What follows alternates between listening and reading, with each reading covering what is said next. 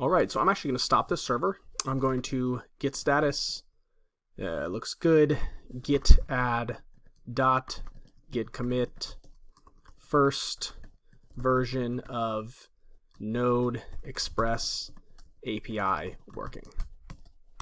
And then I'm going to start the server again with npm start. And then I'm going to create a new terminal here. And I'm going to create a UI for our API. So I'm going to say npx create react app blog UI. And I'm going to let it do its thing. It's going to create a new blog UI directory for us and install all the appropriate dependencies. But we're going to install a bunch of new dependencies here as well. Since this will be a more fully fledged application, we're going to need a few additional pieces to make it work like we need it to. So if we start to download a bunch of things and you're a little bit lost at any point, I highly, highly recommend just going to check their GitHub repos out, because that will explain a lot more than I ever could. Though I will touch on them briefly, and I'll kind of show you where these repos live in GitHub and what these libraries are primarily used for. It's always a good idea to go in and read the docs and figure out exactly what's happening with this package before we start using it. So a few of them that we're going to want to download is... Oh, actually, I need to cd into that directory first. So I need to cd into blog UI. And then we need to npm install the Axios package. Let's -- save. The Axios package, which we're going to use to make HTTP requests from our React application to our backend Node Express server. We also need the React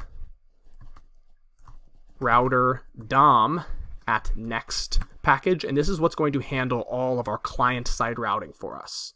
Now I'm using this next version here because this will be the alpha version of the most recent version of React Router DOM, and the same way we did this with Express, we're doing the same thing with React Router DOM. However, that also has a peer dependency of history, the history package, so we will also need to install that. And to handle any time stamps and any kind of date manipulation, we're also going to install the moment package. So make sure you install all of those as well, and then once that is ready, I'm going to head into the blog UI directory, and I'm going to come in here. I'm actually going to delete pretty much everything. We don't need most of this for this application. So I'm going to come in here. I'm going to leave the index.css, but the app.css, I'm going to get rid of everything. I'm also actually going to get rid of the app.test.js. I'm going to delete that.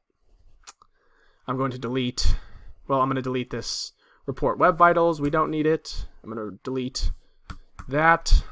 I'm going to get rid of this logo, the report web vitals, setup tests. I'm going to remove everything from inside this component, this app component. I'm going to leave it as pretty much a blank component.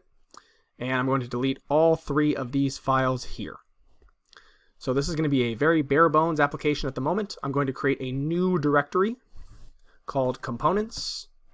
And inside that directory, I'm going to create a new file called app/app.js. And I'm going to copy this and put it in app.js. And I'm going to create an app.css. I could probably just move those files in there, but that's fine. And then I'm going to just delete both of these here because we no longer need them. We're also going to create a few UI components right off the bat.